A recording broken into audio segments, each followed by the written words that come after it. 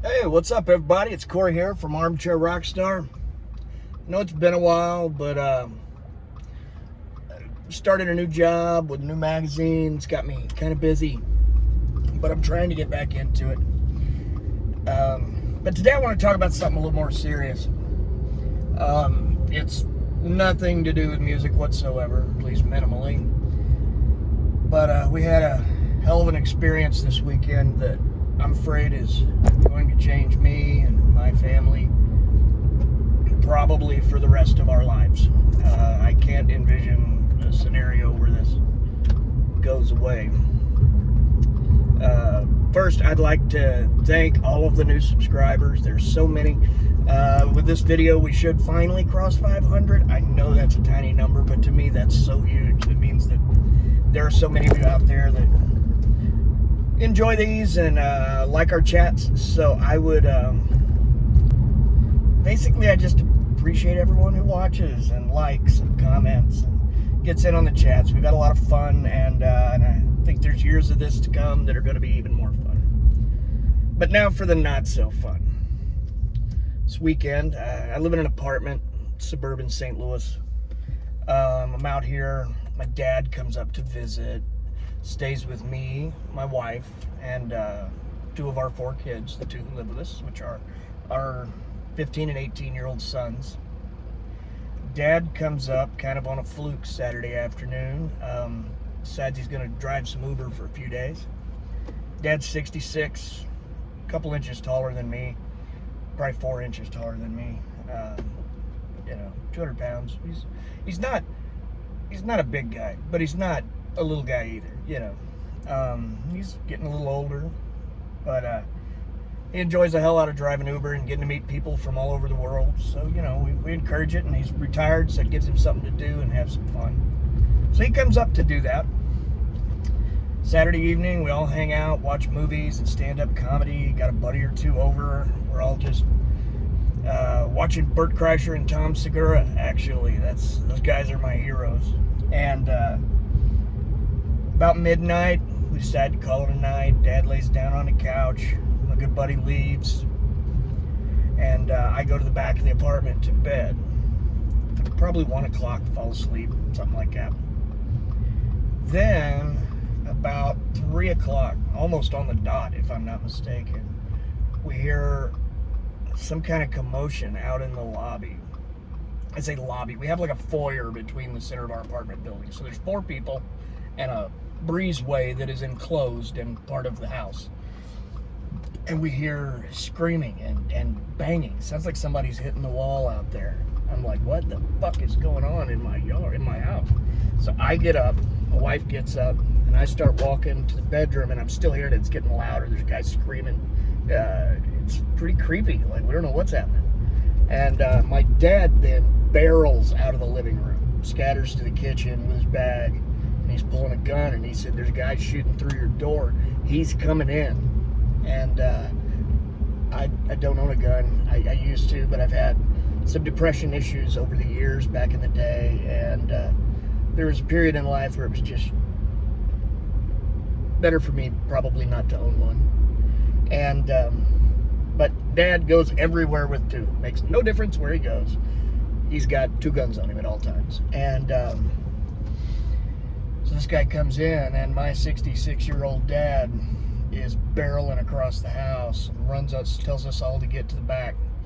And the door flies off the frame. Literally, the door is dead bolted. The guy kicked it off. The door kicked off with a few bullet holes. And he kicked the door in, and this pretty tall guy, white dude that none of us have ever seen, we've never heard of his name, walks in, raises a 9mm towards my dad and starts shooting. Dad immediately takes one in the stomach. 3 feet from me. I watched it happen. I saw, the blood fly. I saw him stagger. Sorry, this is kind of still very real. It's only been 3 days, 3.5. And I watched my dad with a bullet blasted through his stomach grab a pistol, turn around, and bounce around a corner like Jason Bourne before double tapping this guy in the chest and dropping him to the ground, and the guy ran. He hit him twice in the chest, once in the arm, but in the meantime, my kids are in the back bedroom. My wife is back there laying on top of them, praying. You know, terrified. We're all terrified. Dad's terrified, but Dad at least had a way to defend himself.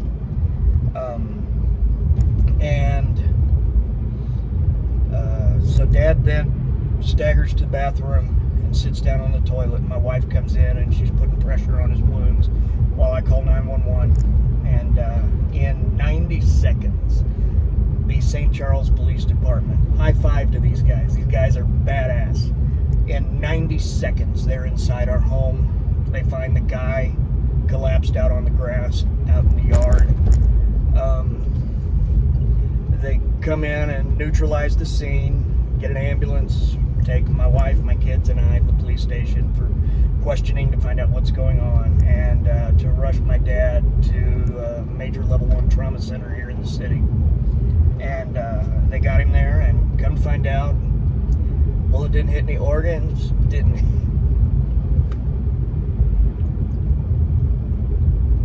hit any arteries. Dad's good. Dad has been my best friend my whole life. It's kind of hard to talk about, but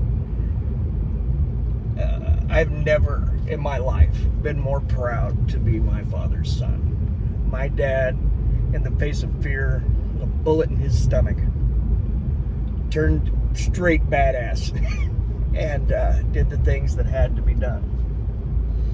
And it sucks. Even Dad's not happy that that's what had to be done. But as a guy who doesn't own a firearm, I've replayed this in my head 100 times. There is not a scenario in which this guy doesn't murder my family if Dad's not there. You know, I'm not equipped to protect my loved ones. Wasn't.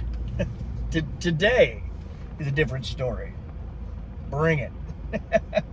But, no, I'm kidding. Don't bring it. Fuck that. But there's not a scenario where everyone is alive. And so Dad is out of the hospital, doing great. He went back home to where he lives. I won't mention that, but it's all over the news, so made nationally, so you'll probably know. But he's doing good. He's in good spirits. We're likely all gonna have to see a trauma counselor, because we're noticing little things like when it comes up, we'll break out in a sweat. I've got hives. I don't know if you can see them in there, but I've got hives over my forehead and the top of my head. Just from I guess the stress of this, I don't know. My cheeks are kind of flush. And so, you know, we don't know what the future holds, but, you know, I'm worried about my sons because they're young enough that it's too young to figure out just how god-awful the world is. This guy was a stranger. We've never heard of him. We know his name now. He's been charged. We still have zero idea who this man is and why he came to kill us. There's also a possibility that he had an assistant. And, not an assistant, an accomplice. But we don't know that yet. You know, the police are investigating, and pretty much everything I've told you is what you've seen on the news if you've watched. But I hope and pray that none of you ever have or have to go through what we experienced. I have never in my life felt this kind of fear. There were 15 to 20 shells fired out in my living room. They went through walls. They destroyed our big screen television, my bookcases. They destroyed our floors. Our walls are littered with bullet holes, glass everywhere. blood everywhere, shot appliances. It was crazy. Funny joke, I told my dad, I said, you owe me a TV? He said, son, I didn't hit your TV, I hit what I was aiming at. You know, dad's shaking up. You know, he's very much a guy who spent his whole life preparing for a moment like this, you know, and knows that these things can happen. And he always tells me that, and I'm always like, shut up, that doesn't happen to people we know. That happens to people who are on drugs, people who are running with gangs. That doesn't happen randomly. And took that one on the chin, Dad. Sorry, my bad. Apparently it does, can. It could have happened anywhere. Doesn't matter where we are in the world, that we're in St. Louis. Wouldn't matter if we were sitting on a mountaintop. I firmly believe that this just could have happened anywhere. And we're grateful for the hard work of the police, the paramedics, the fire department came as well, I believe. Everyone who showed up was wonderful. Today we're taking at least 5 dozen Krispy Kremes to the police station to give those guys a big thank you for all they did. And all in all, I just, you know, as a little boy, you think of your dad, hopefully. I know not everybody is as blessed as I am with this, but hopefully you get to think of your dad as your hero. And today, my dad is. Every parent says they'd take a bullet for a kid, you know? I mean, we all say things like that. We're like, oh, you don't touch my kids. Dad did it. I'm like, oh, shit. And I could see in his eyes, man. The bullet hit him, and I saw him stagger, and I saw him wince. And he just kept going with blood shooting out of his stomach onto the floor. It was, I'll never, ever unsee the things I saw. With all of that said, this guy's going to jail. He's alive. I won't mention it. Yeah, fuck it. Yeah, I will. His name's Marshall Funkhauser. No idea who he is. Never heard of him. I hope that whatever went wrong in his life that led him down this path is something that the rest of his life can help him fix. Obviously, this is a guy with some type of mental problems of some sort. I mean, normal people don't do this. He was clearly intoxicated. They said he was drunk, but I haven't heard anything about toxicology to see what else he might have been on. But I'm glad he's not dead. I don't want him on the streets, but I'm glad that his choice doesn't mean that my father has to go through life knowing he killed a human being. I don't want him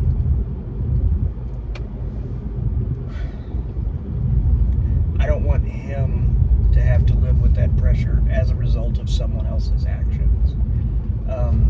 With that said, if that's what happens, that's just what happens. He did what had to be done to protect his family. And he is a 100% bona fide true American hero today. And hopefully some people will see this and we can help him get some recognition for that. He's a special guy, lives, and I wouldn't be here right now doing this video if he hadn't done what he did. So forgive the tears. I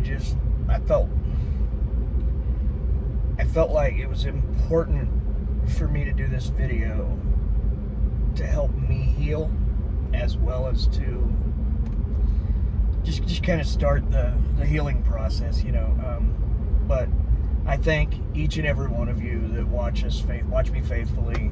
I can't wait until we can talk Slash and